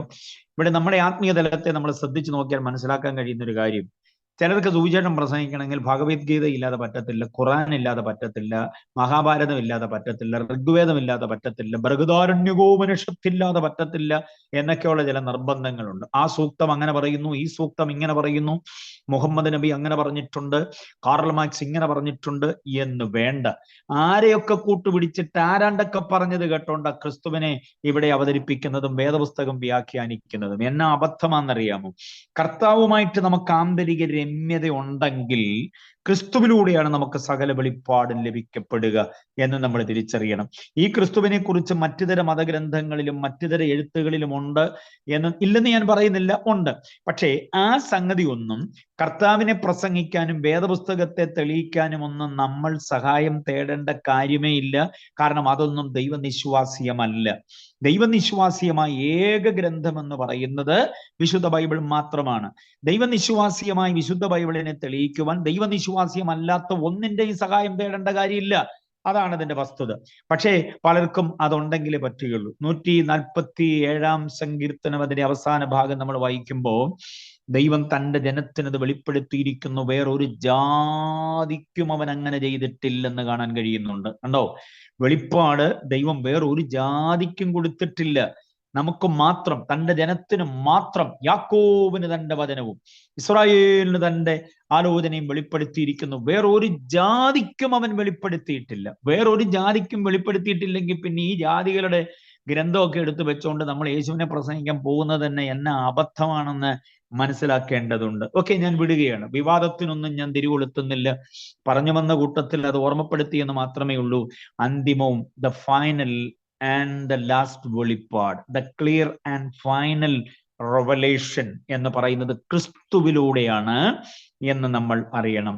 The last revelation, the final revelation and the clear revelation. ദൈവത്തെക്കുറിച്ചുള്ളത്, സ്വർഗത്തെക്കുറിച്ചുള്ളത്, നരകത്തെക്കുറിച്ചുള്ളത്, വീണ്ടെടുപ്പിനെ കുറിച്ചുള്ളത്, രക്ഷയെക്കുറിച്ചുള്ളത്, സഭയെക്കുറിച്ചുള്ളത്, പുനരാഗമനത്തെക്കുറിച്ചുള്ളത്, പുനരുത്ഥാനത്തെക്കുറിച്ചുള്ളത്. ഇതൊന്നും തേടി വേറെ ഒരു ഗ്രന്ഥവും തുറക്കേണ്ട കാര്യമില്ല. വേദപുസ്തകം തന്നെ അതിൽ സമ്പൂർണമാണ്. അപ്പൊ കർത്താവുമായിട്ട് ആന്തരിക രമ്യത ഉണ്ടെങ്കിൽ അന്ത്യകാല വെളിപ്പാടായ ക്രിസ്തു നമ്മുടെ അകത്തളങ്ങളിൽ ആലോചനകളെ നൽകിത്തരാൻ കാരണമായി തീരും. ഓക്കെ, ഇനി രണ്ടാം വാക്യമാണ്, അതെന്ന് അറിഞ്ഞിരിക്കണം. അടുത്തത്, സകലത്തിനും അവകാശിയായ ക്രിസ്തുവിനെ നമ്മൾ 2-ാം വാക്യത്തിൽ കാണും. 2-ാം വാക്യം നോക്കിക്കേ. അവനെ താൻ സകലത്തിനും അവകാശിയാക്കി വെച്ചു എന്ന് കാണുന്നു. 2-ാം വാക്യത്തിൽ അങ്ങനെയും കൂടി ഒരു ചിന്തയുണ്ട്. ക്രിസ്തുവിന്റെ മഹത്വം, അവകാശിയായ ക്രിസ്തു, ഏതെങ്കിലും 1-2 വകുപ്പിലല്ല, സകലത്തിനും അവകാശി. കണ്ടോ? സ്വർഗത്തിലെ സകല അവകാശം, ഭൂമിയുടെ അവകാശം, ഇവിടുത്തെ ജ്യോതിർഗോളങ്ങളുടെ അവകാശം, ഇവിടുത്തെ ഭരണസാരഥ്യത്തിന്റെ അവകാശം, എല്ലാറ്റിന്റെയും അവകാശം നമ്മുടെ കർത്താവാണ്. കുറെ കാലത്തേക്ക് ഇത് സാത്താനെ ഭൂമി ഏൽപ്പിച്ചിട്ടുണ്ട് എന്ന് നമുക്കറിയാമല്ലോ. 1 യോഹന്നാന്റെ ലേഖനം അതിന്റെ 5-ാം അധ്യായം 19-ാം വാക്യം, സർവ്വലോകവും ദുഷ്ടന്റെ അധീനതയിൽ കിടക്കുന്നു. അത് കർത്താവിന്റെ കയ്യിൽ നിന്ന് തട്ടിപ്പറിച്ചുകൊണ്ട് പോയതൊന്നുമല്ല. പാപനിമിത്തം ദുഷ്ടന്റെ അധീനതയിലായിപ്പോയ മനുഷ്യന്റെ ദോഷം നിമിത്തം വന്ന് ഭവിച്ചതാണ്. കുറെ കാലത്തേക്ക് മാത്രമേ ഉള്ളൂ. അവന്റെ കയ്യിൽ നിന്ന് തിരിച്ചു പിടിച്ചിട്ട് ഈ ഭൂമിയെ ശുദ്ധീകരിച്ചിട്ട് ആ കർത്താവും തന്റെ ജനവും കൂടെ 1000 കൊല്ലം ഇവിടെ താമസിക്കാൻ പോവുക. എന്നിട്ട് ആ ഭൂമിയെ ഇല്ലാതെയാക്കിയിട്ട് ആ പുതുവാന ഭൂമി ഇവിടെ കൊണ്ടുവരാൻ പോവുക. അതിനകത്താണ് പുതിയ യെരൂശലേം ഇറങ്ങി വരാൻ പോവുക. അതിനകത്ത് എത്രയോ വർഷങ്ങൾ നമ്മൾ താമസിക്കും. അത് കഴിഞ്ഞാൽ നമ്മൾ നിത്യതയിലേക്ക് പ്രവേശിക്കുക എന്ന് നമ്മൾ അറിയണം. അപ്പൊ സകലത്തിനും അവകാശിയാണ്. അങ്ങനെയാണെങ്കിൽ ഇന്ന് രാത്രി ഉപവാസത്തോടെ, ഭാഗികമായും പൂർണ്ണമായും ഉപവാസത്തോടെ ആയിരിക്കുന്ന പ്രിയപ്പെട്ടവർ കേൾക്കാൻ ഞാനൊരു ചിന്ത പറയാം. നമ്മുടെ ജീവിതത്തിന്റെ സമസ്ത നന്മകളുടെയും അവകാശം കർത്താവിന്റെ കയ്യിലാണ്. കർത്താവാണ് അവകാശിയായവൻ. അവകാശിയുമായിട്ട് ആന്തരിക ബന്ധമുണ്ടാക്കിയാൽ മതി, നമുക്ക് വേണ്ടതെല്ലാം കർത്താവ് നൽകിക്കോളും. സകലത്തിനും അവകാശിയായ ക്രിസ്തു. അപ്പോൾ അതുകൊണ്ടെന്ന പദമാണ് നമ്മളെ ഇതിലേക്ക് കൊണ്ടുവരുന്നെന്നുള്ള കാര്യം മറക്കരുത്, റൂട്ട് മറന്നു പോകരുത്. അന്ത്യവെളിപ്പാടാണ് ക്രിസ്തു എന്നുള്ളത് കൊണ്ട്, കണ്ടോ, അതുകൊണ്ട്. രണ്ട്, സകലത്തിനും അവകാശിയാണ് ക്രിസ്തു, അതുകൊണ്ട്. അപ്പൊ നമ്മളെ ഒഴുക്കിക്കളയുവാൻ പിശാചൊരുക്കുന്ന തന്ത്രങ്ങളോട് ചെറുത്ത് നിൽക്കുവാൻ നമുക്കുണ്ടാകേണ്ട വേദപരിജ്ഞാനം, ഞാൻ സേവിക്കുന്ന, ഞാൻ ആരാധിക്കുന്ന, ഞാൻ അറിഞ്ഞ, ഞാൻ ആദരിക്കുന്ന, ഞാൻ ആശ്രയിക്കുന്ന, ഞാൻ അനുസരിക്കുന്ന എൻ്റെ കർത്താവ് സാധാ ഒരുവനല്ല, സാധാ ഒരു മൂർത്തിയല്ല, സാധാ ഒരു ദേവനല്ല, സാധാ ഒരു ദേവതയല്ല, പകരം സകലത്തിനും അവകാശിയായവനാണ് എന്ന ബോധ്യം നമ്മെ ഭരിക്കണം. അതുകൊണ്ട് തന്നെ സകലത്തിനും മീതെ അവകാശം അവനുള്ളത് കൊണ്ട് ഇവിടുത്തെ എന്തെങ്കിലും ദുർമന്ത്രവാദി, ഇവിടുത്തെ കുടിയിരിപ്പ്, ഇവിടുത്തെ നേർച്ചകൾ, ഇവിടുത്തെ കാഴ്ചകൾ, ഇവിടുത്തെ അർപ്പണം, ഇവിടുത്തെ തർപ്പണം, ഇവിടുത്തെ ആവാഹനങ്ങൾ, ഇവിടുത്തെ വിളിച്ചു ചൊല്ലലുകൾ, ഇവിടുത്തെ എന്തെങ്കിലുമൊക്കെ ദുഷ്ടശക്തിയുടെ വ്യാപനം എന്നെ തീണ്ടുകയില്ല, തോണ്ടുകയില്ല, എനിക്കൊരു ദോഷവും വരുത്തുകയില്ല എന്ന ഉറപ്പോടെ നിൽക്കാൻ കഴിയണം. നമുക്ക് ചില ക്ഷേത്രങ്ങളെയോ ചില പള്ളികളെയോ ചില മന്ത്രവാദികളെയോ ഒക്കെ ഭയങ്കര ഭയമാണ്. ഒന്നാമത്തെ പാട്ട് 2ാം റൗണ്ടിൽ എത്തുന്നതിന് മുൻപ് അന്യഭാഷയിൽ പറന്നു നിന്ന് ആരാധിക്കുന്നവരാ. പക്ഷെ മന്ത്രവാദം, കൂടോത്രം എന്നൊക്കെ കേട്ട് കഴിഞ്ഞാൽ മുട്ടു തമ്മി കൂട്ടായ്മയായി പോകുന്ന ചില ഇടപാടുകളുണ്ട്. അതുകൊണ്ട് നമ്മൾ തിരിച്ചറിയണം, നമ്മുടെ കർത്താവ് സകലത്തിനും അവകാശിയായി നിൽക്കുന്നത് കൊണ്ട് നാം ഭയപ്പെടേണ്ടതില്ല. ഇനി 3ാമത്തെ കാര്യം, എല്ലാറ്റിനും വിവരിക്കാൻ നേരമില്ലാത്തത് കൊണ്ട് വേഗം പോകുക. 3ാമത്തത്, സകലത്തെയും ഉളവാക്കിയ ക്രിസ്തു. 2ാം വാക്യത്തിൽ തന്നെ നമുക്ക് കാണാൻ കഴിയും, സകലത്തിന്റെയും സൃഷ്ടിതാവായ ക്രിസ്തു. അവൻ മുഖാന്തരം എന്ന് നമ്മൾ കാണുന്നുണ്ട്. അവൻ മുഖാന്തരം ലോകത്തെയും ഉണ്ടാക്കി. കൊലോസ്യ ലേഖനം 1:16 വാക്യത്തിൽ അതാ നമുക്ക് കാണാൻ കഴിയും. കൊലോസ്യർ 1:16 തുല്യമുള്ള ചിന്തയാണ് 2ാം വാക്യത്തിൽ പറയുക. സകലതും ഉളവാക്കിയ ക്രിസ്തു, സകലത്തിന്റെയും സൃഷ്ടിതാവായ ക്രിസ്തു. എല്ലാം ഉളവാക്കിയത് കർത്താവാണ് എന്നവിടെ പ്രസ്താവിച്ചിട്ടുണ്ട്. Praise the Lord. അപ്പോൾ അതാണ് കർത്താവിന്റെ ഔന്നത്യം, കർത്താവിന്റെ മഹത്വം അതാണ്, സർവ്വതിന്റെയും സൃഷ്ടിതാവായവൻ. 4ാമത്തെ ചിന്ത നോക്കിക്കേ, തേജസ്സിന്റെ പ്രഭയായ ക്രിസ്തു എന്നാണ്. തേജസ്സിന്റെ പ്രഭ, the exact image of God എന്നുള്ളതാണ്. ദൈവം എന്താണോ അതേ അവസ്ഥയാണ് ക്രിസ്തുവിൽ നമുക്ക് കാണാൻ കഴിയും. എന്ന് പറഞ്ഞാൽ നമ്മുടെ കർത്താവ് ദൈവമാണെന്നാണ്, രണ്ടാമതൊരു ദൈവമല്ല. പിതൃപുത്ര പരിശുദ്ധാത്മാവാം ത്രിയേക ദൈവത്തിന്റെ ആ മഹത്വപൂർണമായ അവസ്ഥയിൽ രണ്ടാമനായൊരു കുട്ടി ദൈവമല്ല യേശു. യേശു സാക്ഷാൽ ദൈവം തന്നെയാണ് എന്ന് നമ്മൾ അറിയണം. Price the Lord. അതാണ് അവിടെ തേജസ്സിന്റെ പ്രഭ എന്ന് പ്രസ്താവിച്ചിട്ടുള്ളത്. 3ാം വാക്യത്തിൽ തേജസ്സിന്റെ പ്രഭ. അതേ വാക്യത്തിൽ തന്നെ അടുത്ത ഒരു ചിന്ത പറയുന്നുണ്ട്, തത്വത്തിന്റെ മുദ്രയായ ക്രിസ്തു. തത്വത്തിന്റെ മുദ്ര എന്ന് നമുക്ക് അവിടെ കാണാൻ കഴിയും. സകലവിധമായിരിക്കുന്ന ആശയങ്ങളുടെയും സകലവിധമായിരിക്കുന്ന വ്യവസ്ഥിതികളുടെയും ആധാരം ക്രിസ്തുവാണ്. കൊലോസ്യ ലേഖനം 1:17 വാക്യത്തിൽ വായിക്കുന്നുണ്ട്, സകലത്തിനും ആധാരമായവൻ എന്ന് കാണുന്നുണ്ട്. നമ്മൾ എഴുതുന്ന ഡേറ്റ് പോലും ക്രിസ്തുവിനെ കേന്ദ്രീകരിച്ചാണ്. അറിയാമോ? BC എന്നും AD എന്നും വിഭജിച്ചിട്ടുള്ളത് ക്രിസ്തുവിനെ കേന്ദ്രീകരിച്ചാണ്. ദൈവമില്ല, ക്രിസ്തുവില്ല, അതൊക്കെ വെറും തട്ടിപ്പാണെന്ന് അവകാശപ്പെടുന്നവനും ഒരു ദിവസം ഏതെങ്കിലും കാര്യത്തിന് ഡേറ്റ് എഴുതുന്നുണ്ടെങ്കിൽ അവനും ക്രിസ്തുവിനെ സമ്മതിക്കാതിരിക്കുന്നില്ല എന്ന് നാം അറിയണം. അതാണ് തത്വത്തിന്റെ മുദ്രയായവൻ. കണ്ടോ, ഏത് മുദ്രയും ഉറപ്പാക്കണമെങ്കിൽ തീയതി ഒരു പ്രധാനമാണ്. അവിടെ എല്ലാം തെളിഞ്ഞു വരുന്ന തീയതി എന്താണ്? ക്രിസ്തുവിനെ കേന്ദ്രീകരിച്ചുള്ളതാണ്. ഇപ്പൊ ഇന്നത്തെ തീയതി നമ്മൾ പറയുമ്പോൾ ഓർത്തുകൊള്ളണം, ഇന്നത്തെ തീയതി എന്ന് പറഞ്ഞാൽ 2024 ആണ്ട് 6 മാസങ്ങൾക്കും 2024 വർഷങ്ങൾക്കും 6 മാസങ്ങൾക്കും ഇത്ര ദിവസങ്ങൾക്ക് മുൻപ് ലോകത്തിൽ നടന്ന മഹാസംഭവം അത് ക്രിസ്തുവിന്റെ ജഡധാരണമാണ്. മനസ്സിലായില്ലേ? ക്രിസ്തുവിന്റെ ജഡധാരണം. അപ്പോൾ ക്രിസ്തുവിനെ നിഷേധിച്ചുകൊണ്ട് ഒരു വ്യവസ്ഥയും മുദ്രയിട്ട് ഉറപ്പിക്കാൻ പറ്റില്ല. തീയതി കൊടുത്തെങ്കിലേ പറ്റുകയുള്ളൂ. അതാണ് തത്വത്തിന്റെ മുദ്ര എന്ന് പ്രസ്താവിച്ചിട്ടുള്ളത്. അടുത്ത് നോക്കിക്കേ, അതിന്റെ 3ാം വാക്യത്തിൽ സകലത്തെയും വഹിക്കുന്ന ക്രിസ്തു എന്ന് കാണാൻ കഴിയുന്നുണ്ട്. സകലത്തെയും വഹിക്കുന്ന ക്രിസ്തു. സകലത്തിന്റെയും വാഹകൻ എന്ന് പറഞ്ഞാൽ ചുമന്നുകൊണ്ട് നടക്കുന്നു എന്നല്ല അതിന്റെ അർത്ഥം. അവിടെ മലയാളത്തിൽ സകലത്തെയും വഹിക്കുന്നവൻ എന്ന് പറയുമ്പോൾ അതിന്റെ യഥാർത്ഥമായിരിക്കുന്ന ഭാഷ്യം സകലത്തെയും നിയന്ത്രിക്കുന്നവൻ, സകലത്തെയും പരിരക്ഷിക്കുന്നവൻ, സകലത്തെയും പരിപാലിക്കുന്നവൻ, സകലത്തെയും നയിക്കുന്നവൻ, നടത്തുന്നവൻ, പുലർത്തുന്നവൻ, സകല ജഡത്തിനും ആഹാരം കൊടുക്കുന്നവൻ. സകല ജഡത്തിന്റെയും, ശ്രദ്ധിച്ച പദങ്ങൾ, സകല ജഡത്തിന്റെയും ആഹാരം, സകല ജഡത്തിന്റെയും ആരോഗ്യം, സകല ജഡത്തിന്റെയും ആയുസ്, സകല ജഡത്തിന്റെയും ആസ്തി, വ്യക്തിക്കും കണ്ടോ ഈ പറയപ്പെട്ടതെല്ലാം കൃത്യമായി കൊടുക്കുന്നവൻ, ഒന്നിന്റെ എടുത്ത് വേറൊന്നിന് കൊടുക്കത്തില്ല, എല്ലാറ്റിനും അതതിനുള്ളത് അതതിന് പ്രദാനം ചെയ്യുന്ന ഒരു കർത്താവ്. അതാണ് സകലത്തെയും വഹിക്കുന്നവൻ എന്ന് പറഞ്ഞിരിക്കുന്നത്. കാട്ടിലെ മൃഗങ്ങൾ, നാട്ടിലെ മൃഗങ്ങൾ, ജലത്തിലെ ജലജന്തുക്കൾ, ഇവയ്ക്കെല്ലാം വേണ്ടത് പട്ടിണി മരണങ്ങളില്ലാതെ എല്ലാറ്റിനെയും പുലർത്തുന്നവൻ, അതാണ് സകലത്തെയും വഹിക്കുന്നവൻ എന്ന് പറഞ്ഞിരിക്കുന്നത്. അങ്ങനെയാണെങ്കിൽ പ്രിയമുള്ളവരെ, ആവശ്യമില്ലാത്ത വേദനകളും നൊമ്പരങ്ങളും നിരാശകളും ഉത്കണ്ഠകളും വ്യാകുലതകളും എല്ലാം എടുത്ത് കളയണം. കാരണം എന്നെ പരിപാലിക്കുന്ന ഒരുവനാണ് എൻ്റെ കർത്താവ്. എൻ്റെ ആഹാരം അതെന്താണെന്ന് അവൻ അറിയാം. ആർഭാടത്തിനുള്ളതൊന്നും ഒരുപക്ഷെ കർത്താവ് തരണമെന്നില്ല. ആഹാരം നമുക്ക് വേണ്ടത്, ആരോഗ്യം നമുക്ക് വേണ്ടത്, കണ്ടോ എല്ലാം വേണ്ടതെല്ലാം, ആഹാരത്തിനും ആരോഗ്യത്തിനും ആയുസ്സിനും ആസ്തിക്യത്തിനും വേണ്ടതൊന്നും മുടക്കം വരാതെ കൃത്യമായി നൽകാൻ കഴിയുന്ന ഒരു കർത്താവാണ് നമുക്കുള്ളത്. അതാണ് സകലത്തെയും വഹിക്കുന്ന ക്രിസ്തു എന്ന് പറഞ്ഞത് 3-ാം വാക്യം. അടുത്തത് ഏറ്റവും സവിശേഷമായി ഒന്നുകൂടെ 3-ാം വാക്യത്തിൽ ഉണ്ട്. അതെന്താണെന്നറിയാമോ? പാപപരിഹാരകനായ ക്രിസ്തു, പാപം വഹിക്കുന്ന ക്രിസ്തു. പാപത്തെ വഹിക്കുന്നു എന്ന് മാത്രമല്ല, പാപം വഹിച്ചു എന്ന് മാത്രമല്ല, പാപത്തിന് പൂർണ്ണ പരിഹാരം വരുത്തിയ ക്രിസ്തുവാണ്. മതങ്ങൾ ഇവിടെ മുൻപോട്ട് വയ്ക്കുന്ന വിവിധ തരത്തിലുള്ള കർമ്മകാണ്ഡങ്ങളുണ്ട്, കർമാചാരങ്ങളുണ്ട്, കർമാനുഷ്ഠാനങ്ങളുണ്ട്, യാഗയോഗങ്ങളുണ്ട്, അർപ്പണ തർപ്പണങ്ങളുണ്ട്, തിരുനാളുകൾ പെരുന്നാളുകളുണ്ട്, പ്രദക്ഷിണങ്ങളുണ്ട്, ദേഹദണ്ഡനങ്ങളുണ്ട്, പോക്കറ്റിൽ നിന്ന് ധനാർപ്പണ പരിപാടികളുണ്ട്, വായിൽ നിന്ന് സഹസ്രകോടി സ്തോത്രാർപ്പണങ്ങളുണ്ട്. ഇതെല്ലാം ചെയ്താലും പാപമുണ്ടോ? പാപം പരിഹരിക്കപ്പെടുന്നുണ്ടോ? ഇല്ല. മല കയറണം, കുന്നിറങ്ങണം, പുഴ താണ്ടണം, കടൽ നീന്തണം, എന്തെല്ലാം ഇടപാടുകളെന്നറിയാമോ?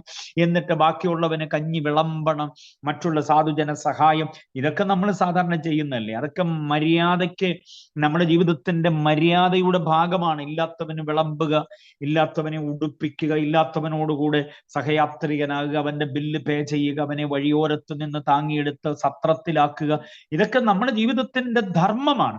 പക്ഷെ ഇത് ചെയ്താൽ പാപം പരിഹരിക്കപ്പെടുമെന്നും പറഞ്ഞ് ആരെങ്കിലും ചെയ്താൽ അബദ്ധമാണത്. പാപപരിഹാരത്തിന് ക്രിസ്തുവല്ലാതെ വേറൊരു വഴിയില്ല. ഇനി ഇതുവരെ ഉണ്ടായിട്ടുള്ളതും ഇനി ഉണ്ടാകാൻ പോകുന്നതുമായ ഒരു കർമ്മ പരിപാടിയും മനുഷ്യന്റെ പാപത്തിന് പരിഹാരമാകില്ല. അതിന് ഒറ്റ വഴിയേ ഉള്ളൂ, അത് രക്ഷകനായ ക്രിസ്തുവാണ്. രക്ഷകനായ ക്രിസ്തു ഒന്നേ ഉള്ളൂ, ഒന്നരയില്ല എന്നുള്ളതിന് പഴയ നിയമവും പുതിയ നിയമവും നമുക്ക് തെളിവ് തരുന്നുണ്ട്. പഴയ നിയമത്തിലെ വാക്യം ഏതാണെന്നറിയാമോ? മറന്നു പോകരുത്. പുതിയ നിയമത്തിലെ വാക്യം എല്ലാവർക്കും അറിയാം, 4:12, അപ്പോസ്തലപ്രവൃത്തി 4:12 അല്ലേ?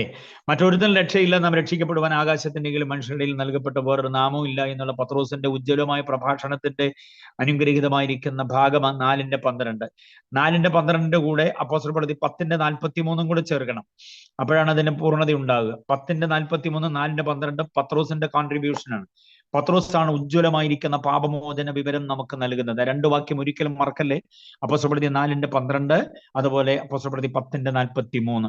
ഈ 2 വാക്യങ്ങളും 4:12 പറയുന്ന മറ്റൊരുത്തനുമില്ല, യേശു മാത്രമേ ഉള്ളൂ. 10:43 പറയുന്നത് യേശുവിന്റെ നാമത്തിൽ വിശ്വസിക്കുന്ന ഏവനും പാപമോചനമുണ്ടെന്നാണ്. ഏവനും പാപമോചനമുണ്ട്. ഓക്കെ, പത്രോസ് നൽകുന്ന 2 ഉജ്ജ്വലമായ, അപ്പോസ്തലപ്രവൃത്തിയുടെ പുസ്തകത്തെ ഗംഭീരമാക്കുന്നത് ഈ 2 വാക്യങ്ങൾ നിമിത്തമാണെന്നറിയണം.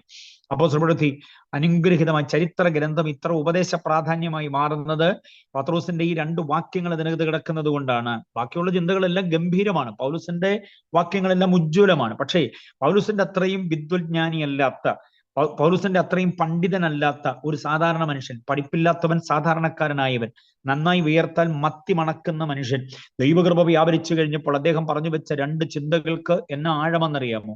4:12, 10:43. ഇനിയും കേൾക്കണം. ഈ 2 വാക്യങ്ങൾ യെശയ്യാപ്രവചനം 43:11 വാക്യത്തിന്റെ തനിയാവർത്തനമാണെന്നറിയണം. യെശയ്യാപ്രവചനം 43:11 വാക്യം, ഞാൻ മാത്രമേ ഉള്ളൂ, ഞാൻ അല്ലാതെ ഒരു രക്ഷിതാവുമില്ല. അങ്ങനൊരു വേദഭാഗമുണ്ട്, അത് മറന്നു പോകരുത്. 43:13 വാക്യം യെശയ്യാ പ്രവാചകന്റെ. അപ്പൊ യെശയ്യാ പ്രവാചകൻ സത്യത്തിൽ സുവിശേഷ പ്രവാചകൻ തന്നെയാണ്. സുവിശേഷത്തിന്റെ ഉജ്ജ്വലമായിരിക്കുന്ന ചിന്തകൾ യെശയ്യാവാണല്ലോ നമുക്ക് നൽകിത്തരുന്നത്. യെശയ്യാവ് 43:11 വാക്യം നോക്കണം. ആ വാക്യം 4:12 നിങ്ങൾ എഴുതി വെക്കണം. അവിടെ പറഞ്ഞു, ഞാൻ തന്നെ യഹോവ, ഞാനല്ലാതെ ഒരു രക്ഷിതാവുമില്ല, ഞാനല്ലാതെ ഒരു രക്ഷിതാവുമില്ല എന്ന് കർത്താവ് തന്നെ പറഞ്ഞിരിക്കുന്നു. ആ വാക്യത്തിന്റെ വിശദീകരണമാണ് യഥാർത്ഥത്തിൽ 4:12 നമുക്ക് കാണാനായിട്ട് കഴിയുന്നത് എന്ന് നാം അറിയണം. ഓക്കെ, അപ്പം 43:11 അപ്പോസ്തലപ്രവൃത്തി 4:12, അപ്പോസ്തലപ്രവൃത്തി 10:43 ഈ വാക്യങ്ങൾ. അപ്പൊ പുതിയ നിയമത്തിൽ മാത്രമുള്ള ഒരു ഏർപ്പാടല്ലത്. പഴയ നിയമ പ്രവാചകന്മാർക്കും കൂടി ലഭിക്കപ്പെട്ടതായിരിക്കുന്ന ആത്മീയ കാഴ്ചപ്പാടാണ്. യഹോവയാണ് രക്ഷിതാവ്, രക്ഷയ്ക്ക് വേറെ വഴിയില്ല. അവിടെ പോയാൽ ഇവിടെ പോയാൽ, അവിടെ പോയി ഉരുണ്ടാൽ ഇവിടെ പോയി നേർച്ച നേർന്നാൽ, അവിടെ കോഴിയെ വെട്ടിയാൽ ഇവിടെ ആടിനെ വെട്ടിയാൽ, അവിടെ കഞ്ഞി വീഴ്ത്തൽ നടത്തിയാൽ, അവിടെ സാധുജന പരിപാടി നടത്തിയാൽ രക്ഷ ലഭിക്കപ്പെടുമെന്നൊക്കെ പറഞ്ഞ് പല വിധത്തിലുള്ളതായിരിക്കുന്ന യാത്രകളുണ്ട്. പല ഇടങ്ങളിലേക്ക്, പല രാജ്യങ്ങളിലേക്കുള്ള യാത്രകൾ നമുക്ക് കാണാൻ കഴിയും. പക്ഷെ അതൊന്നും പാപമോചനത്തിന് പരിഹാരമാകുന്നില്ല. ഇവിടെ നമ്മൾ വന്നേ, അവിടെ പറയുന്ന 3-ാമത് വാക്യത്തിൽ പറയുന്നത് പാപപരിഹാരകനായ ക്രിസ്തുവിനെ നമുക്ക് കാണാനായിട്ട് കഴിയുന്നുണ്ട്. അതുകൊണ്ട് നാം ഒഴുകിപ്പോകരുത്. അപ്പൊ അതുകൊണ്ടെന്ന പദവുമായി നമ്മൾ ചിന്തിച്ചു വേണം ഇതിനെ പഠിക്കാൻ. അതുകൊണ്ട് നിങ്ങൾ ഒഴുകിപ്പോകാതിരിക്കേണ്ടതിന് എന്ന് പറഞ്ഞാൽ ഏതുകൊണ്ട്? അന്ത്യകാല വെളിപ്പാടായി ക്രിസ്തു എനിക്കുള്ളത് കൊണ്ട്, സകലത്തിനും അവകാശിയായി ക്രിസ്തു എന്റെ സ്വന്തമായത് കൊണ്ട്, സകലവും ഉളവാക്കിയ ക്രിസ്തു എനിക്കുള്ളത് കൊണ്ട്, തേജസ്സിന്റെ പ്രഭയായ ക്രിസ്തു എന്റെ സ്വന്തമായതിനാൽ, തത്വത്തിന്റെ മുദ്രയായ ക്രിസ്തു എനിക്ക് സ്വന്തമായതിനാൽ, സകലത്തെയും വഹിക്കുന്നവൻ എന്നെ വഹിക്കുന്നു അതുകൊണ്ട്, പാപപരിഹാരകനായി ക്രിസ്തു എന്റെ പാപം പോക്കി അതുകൊണ്ട്. അടുത്ത ചിന്തിച്ച് നോക്കി, മഹിമയുടെ വലത്തുഭാഗത്ത് അവരോധിതനായ ക്രിസ്തു. 3-ാം വാക്യത്തിൽ തന്നെ നമുക്കത് കാണാൻ കഴിയുന്നുണ്ട്. മഹിമയുടെ വലത്തുഭാഗത്ത് അവരോധിതൻ. കണ്ടോ? പാപങ്ങൾക്ക് പരിഹാരം ഉണ്ടാക്കിയ ശേഷം എന്തോ ചെയ്തു? ഉണ്ടാക്കിയ ശേഷം ഉയരത്തിൽ മഹിമയുടെ വലത്തുഭാഗത്ത് ഇരിക്കുകയും അവൻ ദൈവദൂതന്മാരെക്കാൾ മഹിമയുടെ വലതുഭാഗത്തിരിക്കുന്ന ക്രിസ്തുവിനെയാണ് നമ്മൾ കാണാൻ കഴിയുന്നത്. മഹിമയുടെ വലതുഭാഗത്ത് എന്ന് പറഞ്ഞാൽ നമുക്ക് വേണ്ടി മരിച്ചടക്കപ്പെട്ട് ഉയർത്തെഴുന്നേറ്റ ക്രിസ്തു ഉയർത്തെഴുന്നേറ്റ ശേഷം ഗതി കിട്ടാത്ത പ്രേതമായി അങ്ങും ഇങ്ങും അലഞ്ഞു നടക്കുന്നില്ല. എന്തോ ചെയ്തു? സ്വർഗാരോഹണം ചെയ്തു. എവിടേക്ക്? മഹിമയുടെ വലതുഭാഗത്തേക്ക്. എബ്രായ ലേഖനം 1-ാം അധ്യായം 3-ാം വാക്യത്തിൽ പറയുന്നു, മഹിമയുടെ വലതുഭാഗത്തേക്ക് അവരോധിതനായി. അത് ഭംഗിയായിട്ട് പറഞ്ഞിരിക്കുന്ന ഒരു വേദഭാഗം എഫെസ് ലേഖനമാണ്. എഫെസ് ലേഖനം 1:20 മുതൽ 23 വരെയുള്ള വാക്യങ്ങളിൽ പറയുന്നു, അവനെ മരിച്ചവരുടെ ഇടയിൽ നിന്ന് ഉയർത്തെഴുന്നേൽപ്പിച്ച് പിതാവ് തന്റെ വലത്തുഭാഗത്ത് സകല ശക്തിക്കും വാഴ്ചകൾക്കും അധികാരത്തിനും കർത്തൃത്വത്തിനും മീതെ, അല്ല അത്യന്തം മീതെ ഇരുത്തി എല്ലാം അവന്റെ കാൽ കീഴെയാക്കി വെച്ചിട്ട് ഈ ലോകത്തിൽ മാത്രമല്ല വരാനുള്ളതിനും അവനെ തന്നെ വെച്ചിരിക്കുന്നു എന്നുള്ളത്. അതാണ് മഹിമയുടെ വലത് ഭാഗത്തിരുത്തി സകല വാഴ്ചകൾക്കും അധികാരത്തിനും കർത്തൃത്വത്തിനും ശക്തിക്കും. അതുകൊണ്ടാണ് ഞാൻ പറഞ്ഞ മന്ത്രവാദിയെ പേടിക്കേണ്ട കാര്യമില്ല. വാഴ്ചകൾക്കും അധികാരത്തിനും കർത്തൃത്വത്തിനും ശക്തിക്കും എല്ലാം മീതയാണെങ്കിൽ പിന്നെ പിശാചെന്നും പ്രേതമെന്നും ഭൂതമെന്നും യക്ഷിയെന്നും ഗന്ധർവെന്നൊക്കെ കേൾക്കുമ്പോൾ വിശ്വാസി എന്തിനാണെന്ന് പേടിച്ച് പനി പിടിക്കുന്നത്? ഇതിന്റെ എല്ലാം മീതയാണെന്ന് നമ്മുടെ കർത്താവ്. മനസ്സിലായോ? ഈ ശക്തികൾക്കും അധികാരങ്ങൾക്കും എല്ലാം മീതെ അവൻ അവരോധിതനായിരിക്കുന്നു. അങ്ങനെ ഒരു കർത്താവ് എനിക്കുള്ളത് കൊണ്ട് ഞാൻ വഴുതി പോകത്തില്ല, ഞാൻ ഒഴുകിപ്പോകത്തില്ല. അതാണ് 2-ാം അധ്യായം 1-ാം വാക്യത്തിന്റെ ആധികാരികത എന്ന് നമ്മൾ തിരിച്ചറിയണം. ചുരുക്കി പറഞ്ഞാൽ ഞാൻ പറയുന്നതിന്റെ ആശയം നിങ്ങൾ ഇങ്ങനെ ചിന്തിക്കണം. നമ്മുടെ കർത്താവ് ആരാണെന്നുള്ള പരിജ്ഞാനം ഏറ്റെടുത്ത് കഴിഞ്ഞാൽ ഉണ്ടല്ലോ, ഒരുമാതിരി ചുമയും പനിയും വിറയലും വിങ്ങലും എല്ലാം അങ്ങ് മാറും. നമ്മള് പേടിച്ചിട്ടാ സത്യത്തിൽ ഈ പലതും കൊണ്ട് നടക്കുക. മനസ്സിലായി? നമുക്ക് പേടിയാ സത്യത്തിൽ. അതാ ഒരു രസകരമായ നർമ്മകഥ ഇങ്ങനെ കേട്ടിട്ടുണ്ട്. കർത്താവ് മരണദൂതനെ ഭൂമിയിലോട്ട് വിട്ടു. പറഞ്ഞു, ഇന്നടുത്ത് പോയി കുരിശുമൂട്ടിൽ തോമാച്ചാനെ നീ കൊണ്ടുവരാൻ പറഞ്ഞു. അദ്ദേഹം ഇങ്ങനെ ആയുസെത്തി നിൽക്കുക, അത്യാസനം നിലനിൽക്കുക, ഇനി അദ്ദേഹം കഷ്ടപ്പെടേണ്ട, കുരിശുമൂട്ടിൽ തോമാച്ചാനെ നീ ഇങ്ങോട്ട് കൊണ്ടുപോവാ എന്ന് പറഞ്ഞ് മരണദൂതനെ വിട്ടു. മരണദൂതൻ തിരിച്ച് കുരിശുമൂട്ടിൽ തോമാച്ചാനുമായിട്ട് അങ്ങ് തിരിച്ച് കയറി ചെന്നപ്പം അതിന്റെ കൂട്ടത്തിൽ 10-15 പേരും കൂടെ ഉണ്ട്. അപ്പൊ കർത്താവ് പറഞ്ഞാൽ തോമാച്ചാനെ മാത്രം കൊണ്ടുവരാനല്ലേ ഞാൻ നിന്നെ വിട്ടത്, നീ ഇവരെല്ലാം കൂടെ വിളിച്ചോണ്ട്. അപ്പൊ മരണദൂതൻ പറഞ്ഞു പോലും കർത്താവിനോട്, പൊന്ന് കർത്താവേ, ഞാൻ തോമാച്ചാനെ മാത്രമേ വിളിച്ചുള്ളൂ. തോമാച്ചാൻ മരിച്ചു കഴിഞ്ഞപ്പോ പേടിച്ച് മരിച്ചതാ ബാക്കിയുള്ളവരുടെ, ഞാൻ കുറ്റവാളിയല്ല. തോമാച്ചാൻ മരിച്ചെന്ന് അറിഞ്ഞപ്പോഴത്തേക്ക് തോമാച്ചാന്റെ മൂത്ത പെങ്ങള്, പിന്നെ തോമാച്ചാന്റെ ഒരു അനിയത്തി, തോമാച്ചാന്റെ ഒരു അനിയൻ, പിന്നെ കുടുംബത്തിലുണ്ടായിരുന്ന മൂത്ത കാർന്നവര്, അയ്യോ ഞാൻ പോകുന്നതിന് മുമ്പ് അവൻ പോയോ എന്നൊന്ന് പറഞ്ഞ് ഒന്ന് വലിച്ചതേ ഉള്ളൂ, പുള്ളിയും തേപ്പടഞ്ഞ് താഴെ വീണു. അങ്ങനെ 10-15 പേര് അതിന്റെ പുറകെ വന്ന, അല്ല ഞാൻ അവരെ പിടിച്ചതൊന്നും അല്ല എന്ന് പറഞ്ഞു. സത്യത്തിൽ ഇത് തന്നെയാ സംഭവിക്കുക.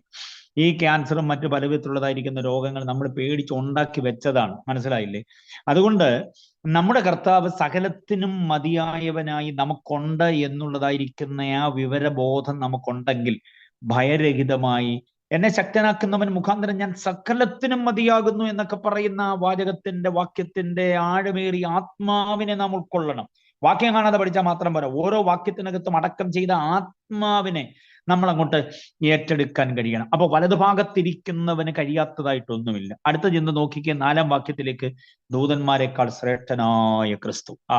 അതാണ് 9-ാമത്തേത്. ദൂതന്മാരെക്കാൾ ശ്രേഷ്ഠനായ ക്രിസ്തു എന്ന് നമുക്ക് കാണാൻ കഴിയും. ദൂതന്മാരെക്കാൾ ഗബ്രിയേലുണ്ട്, മീഖായേലുണ്ട്, ഊറിയേലുണ്ട്, അങ്ങനെ ഒത്തിരി ദൂതന്മാരൊക്കെ ഉണ്ട്. കത്തോലിക്ക ബൈബിളിനകത്ത് വേറെ കുറെ ദൂതന്മാരുടെ പേരും കൂടെ പറയുന്നുണ്ട്. ഊറിയേലൊക്കെ അതിനകത്തുള്ളതാണ്.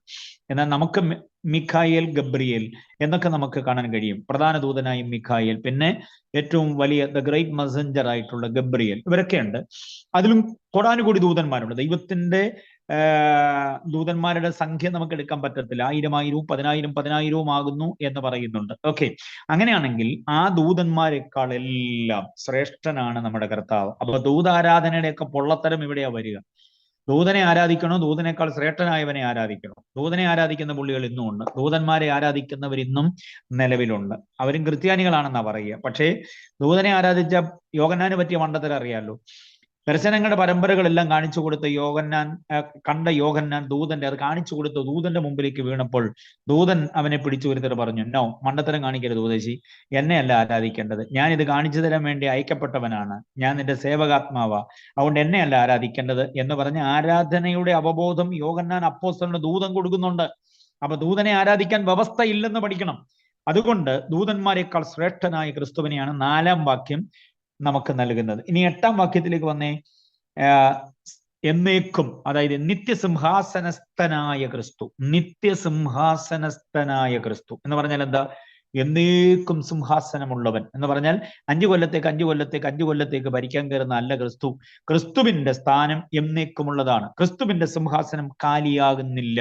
ക്രിസ്തു സിംഹാസനസ്ഥനായാൽ ആ സിംഹാസനം പിന്നെ തട്ടിയെടുത്തിട്ട് ഘടകകക്ഷികളുടെ പിന്തുണയോടുകൂടെ കയറിപ്പറ്റുകയും ഘടകകക്ഷികളെ പിൻവലിച്ചാൽ സിംഹാസനം താഴ്പോവുകയും ചെയ്യുന്നൊരു വ്യവസ്ഥിതി അല്ല ക്രിസ്തുവിനുള്ളത്.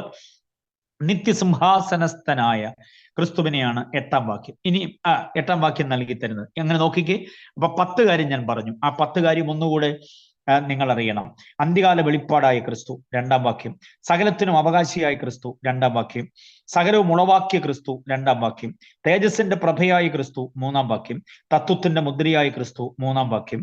സകലത്തെയും വഹിക്കുന്ന ക്രിസ്തു, 3-ാം വാക്യം. പാപപരിഹാരകനായ ക്രിസ്തു, 3-ാം വാക്യം. മഹിമയുടെ വലതുഭാഗത്ത് അവരോധിതനായ ക്രിസ്തു, 3-ാമത് വാക്യം. ദൂതന്മാരെക്കാൾ ശ്രേഷ്ഠനായ ക്രിസ്തു, 4-ാം വാക്യം. നിത്യസിംഹാസനസ്ഥനായ ക്രിസ്തു, 8-ാമത് വാക്യം. ഈ ക്രിസ്തു ഉള്ളത് കൊണ്ട്, അപ്പൊ അതുകൊണ്ടെന്ന പദത്തിന്റെ അർത്ഥം മനസ്സിലായോ? ഇനി 3-ാം അധ്യായത്തിൽ അതുകൊണ്ടെന്നുണ്ട്. ആ 3-ാം അധ്യായത്തിൽ അതുകൊണ്ട് എന്ന് പറഞ്ഞാൽ എന്താണ് എന്നുള്ളത് ഇതേപോലെ നിങ്ങൾ 2-ാം അധ്യായം നോക്കണം. 2-ാം അധ്യായം നോക്കുമ്പോൾ നമ്മെ സഹായിക്കാൻ കഴിയുന്ന ക്രിസ്തു, പാപത്തിന് പരിഹാരം വരുത്തിയ ക്രിസ്തു, നമ്മുടെ മരണത്തെ നീക്കിയ ക്രിസ്തു എന്നൊക്കെ പറഞ്ഞ് കുറേ നമ്മൾ പ്രത്യാശിക്കുന്ന ഭാവി ലോകം നമുക്ക് നൽകിയ ക്രിസ്തു, അങ്ങനെയൊക്കെ പറഞ്ഞ് കുറേ ചിന്തകളുണ്ട്. ഒരുപക്ഷെ 10 ചിന്തകൾ ഉണ്ടാകണമെന്നില്ല, ഉള്ളതിനെ പെറുക്കിയെടുക്കണം. എന്നിട്ട് 3-ാം അധ്യായത്തിലെ അതുകൊണ്ടെന്ന പദത്തെ പൂരിപ്പിക്കാൻ നിങ്ങൾക്കൊരു ഹോംവർക്കും കൂടെ ഞാൻ തന്നുവിടുകയാണ്. ഓക്കെ, ദൈവം അനുഗ്രഹിക്കട്ടെ. അപ്പൊ അതുകൊണ്ട് എന്ന് പറയുമ്പോൾ ഈ പറയപ്പെട്ട ഔന്നത്യങ്ങൾ, ഉത്തുംഗ പ്രതാപങ്ങൾ എന്റെ കർത്താവിന് ഉണ്ട് എന്നതുകൊണ്ട്. ഓക്കെ, അതുകൊണ്ടെന്ന് പറഞ്ഞിട്ട് പിന്നെ പറയുന്നത് ശ്രദ്ധിച്ചു നോക്കണം. നാം ഒഴുകിപ്പോകാതിരിക്കേണ്ടതിന് കെട്ടതധികം. അപ്പൊ ഈ ദിവസങ്ങളിൽ ദൈവത്തിന്റെ ആത്മാവ് നമുക്ക് നൽകിത്തന്ന അനുഗ്രഹീതമായ ആലോചനകൾ ഒന്നും നഷ്ടപ്പെട്ടു പോകരുത്. താങ്കളുടെ വിദ്യാഭ്യാസ തലത്തിൽ, താങ്കളുടെ ബിസിനസ് തലത്തിൽ, താങ്കളുടെ ഔദ്യോഗിക ജീവിതത്തിന്റെ തലത്തിൽ, താങ്കളുടെ ഗൃഹജീവിതത്തിന്റെ മേഖലയിൽ, താങ്കളുടെ യാത്രകളിൽ, എല്ലായ്പ്പോഴും ജീവിതത്തിന്റെ സമസ്ത മേഖലകളിലും ഒഴുകിപ്പോകാൻ സാധ്യതകളാണ്. അതുകൊണ്ട് കേട്ട വചനത്തെ കൃത്തടത്തിൽ കരുതിക്കൊള്ളണം. ഞാൻ പറയുന്നു നിങ്ങൾ എല്ലാവരോടും, നമ്മുടെ ഈ മീറ്റിംഗിൽ കൂടി വന്നിട്ടുള്ള 22 ഡിവൈസ് എല്ലാവരോടും ഞാൻ ഓർമ്മപ്പെടുത്തുന്നു. ഒരു യോഗത്തിന് നിങ്ങൾ പോകുമ്പോൾ ആരാധനയും ഒരുപക്ഷെ വചന ശുശ്രൂഷയും വചന ശുശ്രൂഷ ഇല്ലാത്ത യോഗങ്ങളില്ലല്ലോ. മരണ വീട്ടിലും വിവാഹ വീട്ടിലും വിരുന്നു വീട്ടിലും എല്ലാം നമ്മൾ പ്രസംഗിക്കാറുണ്ട്.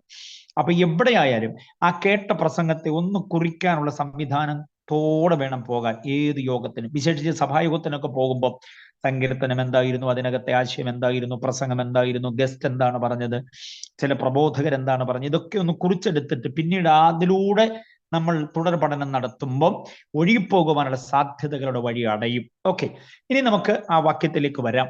അവിടെയും ഞാൻ നിങ്ങൾക്ക് ഒരു 7 കൂട്ടം കാര്യങ്ങളോട് 10 കൂട്ടം കാര്യങ്ങൾ തന്നതുകൂടാതെ ഇനി ഒരു 7 കൂട്ടം കാര്യങ്ങളോട് തന്നുകൊണ്ട് എന്റെ സന്ദേശം അവസാനിപ്പിക്കാൻ ആഗ്രഹിക്കുന്നു. ഒഴുകരുത് എന്നതാണ് നമ്മൾ കണ്ടത്. ഒഴുകിപ്പോകുവാൻ സാധ്യത, അതൊരു നാവിക പദമാണെന്നറിയണം. ഒഴുകരുത് എന്നുള്ളത്, ഒഴുകുക, അതൊരു നാവിക പദമാണ് എന്ന് പറഞ്ഞാൽ മനസ്സിലായോ? കപ്പലുമായിട്ടൊക്കെ ബന്ധപ്പെട്ട്, ബോട്ടുമായിട്ടൊക്കെ ബന്ധപ്പെട്ട് നാവിക പദം, കടലുമായി ബന്ധപ്പെട്ടൊരു പദമാണ് ഒഴുകുക. വെള്ളത്തിന്റെ ഒഴുക്കല്ല അവിടെ ഉദ്ദേശിക്കുക.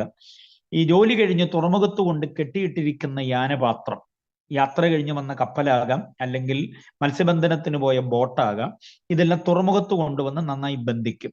പക്ഷെ ഏതെങ്കിലും കാരണവശാൽ ഈ ബന്ധിച്ചിരിക്കുന്ന കയറ്, വടം, ചങ്ങല അങ്ങ് വിട്ടുപോയാൽ, ചങ്ങലക്കണ്ണി അഴിഞ്ഞു പോയാൽ അനന്തസാഗരത്തിലേക്ക് ഒഴുക്കിൽപ്പെട്ട് ഈ യാനപാത്രം എങ്ങോട്ടെന്നില്ലാതെ ദിശ അറിയാതെ അങ്ങ് പോകും.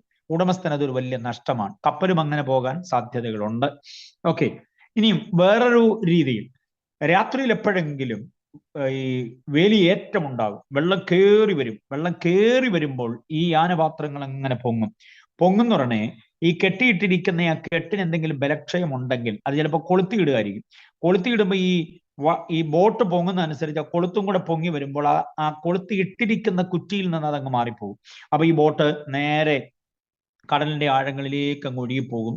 അത് പിന്നെ കണ്ടെത്താൻ ഭയങ്കര ദുരന്തമാണ്, ഭയങ്കര ജോലിപ്പാടാണ്. അപ്പൊ വേലിയേറ്റം ഉണ്ടാകുമ്പോൾ അങ്ങനെ സംഭവിക്കാം.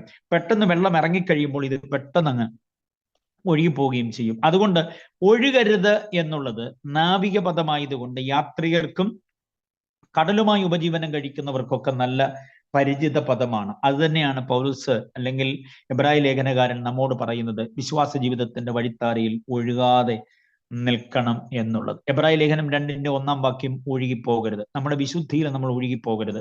എടുത്ത തീരുമാനത്തിൽ നിന്ന്, പ്രതിഷ്ഠയിൽ നിന്നും ഒഴുകിപ്പോകരുത്. നമ്മൾ ഒരിക്കലും ആരോടും വിശ്വാസപാതകം ചെയ്തിട്ട് ലോകത്തിന്റെ ഇമ്പങ്ങളിലേക്ക് ഒഴുകിപ്പോകാതെ നിലകൊള്ളാൻ ഇടയാകണം.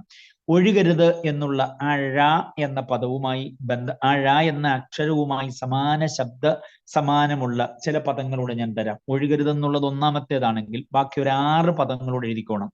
ആ 6 പദങ്ങൾ ഓർത്തിരിക്കാൻ വേണ്ടിയാണ് ഇങ്ങനെയൊക്കെയുള്ള ചില നയങ്ങൾ ഉപയോഗിക്കുന്നത്. ഓക്കെ, അടുത്തത് താഴരുത് എന്നതാണ്. ഒഴുകരുതെന്ന് മാത്രമല്ല, താഴരുത്, നമ്മൾ താഴ്ന്നു പോകരുത്. ഓക്കെ, സങ്കീർത്തനം 18:27 വാക്യമാണ്. സങ്കീർത്തനം 18:27, താഴ്ന്നു പോകരുത്, താഴ്ന്നു പോകാൻ പാടില്ല. അടുത്തത് വഴുതരുത് എന്നതാണ്, വഴുതിപ്പോകരുത്. സങ്കീർത്തനം 73:2 വാക്യമാണ്. 73:2, എന്റെ കാലടികൾ ഏറെക്കുറെ വഴുതിപ്പോയി. ഒഴുകരുത്, താഴരുത്, വഴുതരുത്, വഴുതിപ്പോകരുത്.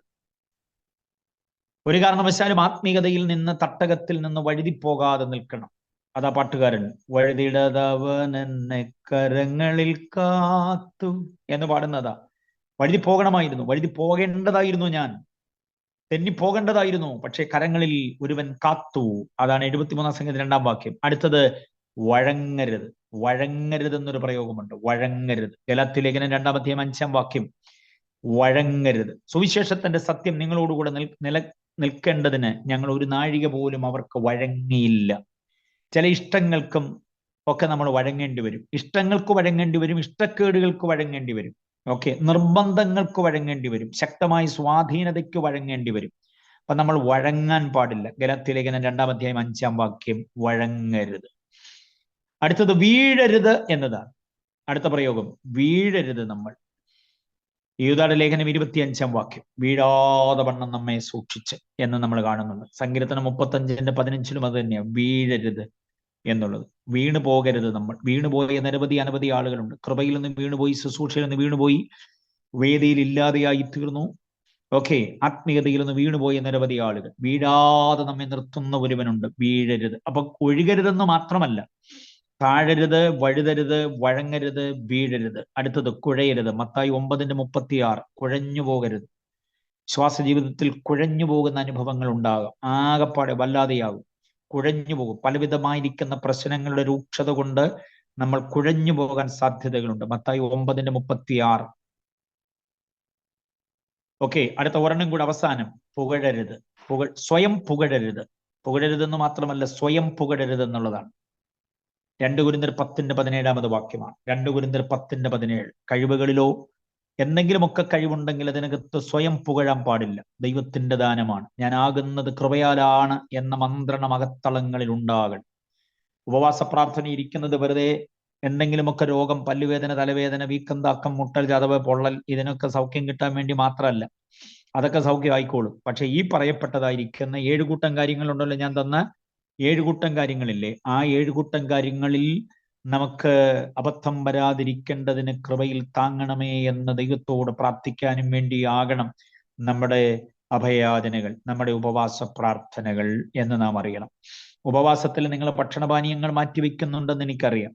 ഭക്ഷണപാനീയങ്ങളെ മാറ്റിവെച്ചുകൊണ്ടാണ് ഉപവാസം. പക്ഷേ നമ്മുടെ മനസ്സിനെ മോഹിപ്പിക്കുന്ന, മനസ്സിനെ വശീകരിക്കാൻ സാധ്യതയുള്ള, നമ്മെ വീഴിക്കാൻ സാധ്യതയുള്ള പലതും ചിലതും കൂടെ മാറ്റിവെക്കാൻ, വാട്സപ്പോ, യൂട്യൂബോ, ഫേസ്ബുക്കോ, ട്വിറ്ററോ, ഇൻസ്റ്റഗ്രാമോ ഒക്കെ നമ്മുടെ സമയത്തെ കൊല്ലുന്നതാണ് എങ്കിൽ, നമ്മുടെ ചിന്താമണ്ഡലത്തെ വഴിമാറ്റുന്നതാണെങ്കിൽ, നമ്മുടെ മനസ്സിനെ കാടുപിടിപ്പിക്കുന്നതാണെങ്കിൽ, നമ്മുടെ മോഹപാരവശ്യങ്ങളെ ഉണർത്തുന്നതാണെങ്കിൽ, നമ്മുടെ ജഡത്തിന്റെ വികാര വിക്ഷോഭങ്ങളെ ഉദ്ദീപിതമാക്കുന്നതാണെങ്കിൽ, ഭക്ഷണത്തെ മാറ്റിവെക്കുന്ന കൂട്ടത്തിൽ ഇതിനെയും കൂടെ മാറ്റിവെച്ചുകൊണ്ട് ദൈവസന്നിധിയിൽ ഉപവസിക്കുമ്പോഴാണ് അതിന് കൂടുതൽ പൂർണ്ണത ഉണ്ടാകാനിടയാകുക. അപ്പോൾ നാം ഒഴുകിപ്പോകാതിരിക്കേണ്ടതിന്, നാം താഴ്ന്നു പോകാതിരിക്കേണ്ടതിന്, നാം വഴുതിപ്പോകാതിരിക്കേണ്ടതിന്, നാം വഴങ്ങിപ്പോകാതിരിക്കേണ്ടതിന്, നാം വീഴാതിരിക്കേണ്ടതിന്, നാം കുഴഞ്ഞു പോകാതിരിക്കേണ്ടതിന്, സ്വയം പുകഴ്ചക്കാരാകാതിരിക്കേണ്ടതിന് ക്രിസ്തുവിന്റെ ഔന്നത്യം, ഈ പറയപ്പെട്ട 7 കൂട്ടം കാര്യങ്ങൾ നമ്മുടെ കർത്താവിൽ നമുക്ക് കാണുന്നില്ല.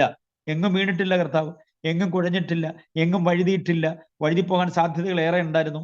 പക്ഷെ ആ 33-കാരനായ മരപ്പണിക്കാരൻ വീണില്ലെങ്ങും. ആ മരപ്പണിക്കാരനെ നമ്മൾ നോക്കിക്കോണേ, ഒരിക്കലും മറന്നുപോകല്ലേ. നമ്മുടെ മുൻപേ നടന്നുപോയ ആ പദചലനങ്ങൾ നമ്മൾ കേൾക്കണേ. ഈ മണ്ണിൽ പതിഞ്ഞു കിടക്കുന്ന ആ ദിവ്യ നേതാവിന്റെ, ദിവ്യ ഗുരുവിന്റെ പദചലനങ്ങൾ തെരഞ്ഞുപെറുക്കി അതിലൂടെ തന്നെ യാത്ര ചെയ്യാൻ കഴിയണമേ. അത് നമുക്ക് ഏറ്റവും അനുഗ്രഹമായിരിക്കും. ഒരു മരപ്പണിക്കാരന്റെ വിയർപ്പിന്റെ അന്നമാണ് ചെറുപ്രായം മുതൽ കഴിച്ചു വന്നത്. മനസ്സിലായില്ലേ?